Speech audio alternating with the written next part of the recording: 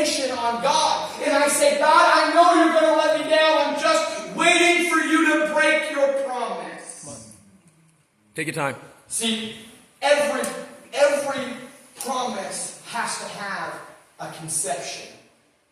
It has to begin with the seed. Just like in Luke 26 through 38, God speaks a promise, but it doesn't always make sense. Have you ever had God say to you, I'm going to give you your family. I promise you, your legacy will not be broken. They will be a group of people that follow the Lord. And then you look at what's going on in your family and you wonder, God, how are you going to make this happen? I've got addicts in my family. I've got prostitutes in my family. I've got people who don't acknowledge you. How are you going to do this?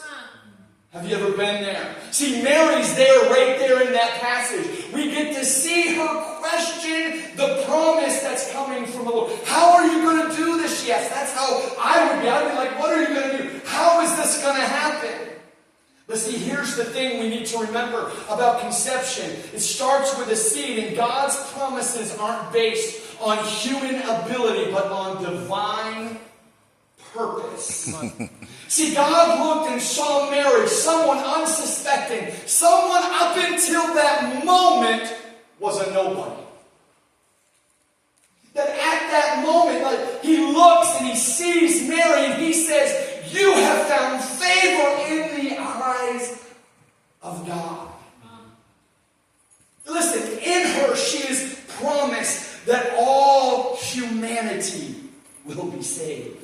Can you imagine the anxiety she's carrying? Can you imagine the worry she carries because she knows the minute that they get found out, the minute that her belly begins to show that she could be condemned for it. Listen, Joseph, in all of his rights as a Jewish man, had the right to cast her out. Joseph could have, if he wanted to.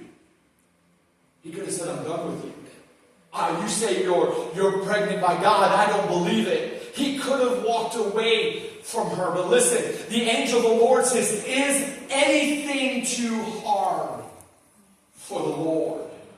See, I believe in a moment at this conception, at this precise moment, Mary's mind goes back to all the promises of God to her people. See, up until this point, everything in the Old Testament, every sacrifice, every word given led to the coming Messiah.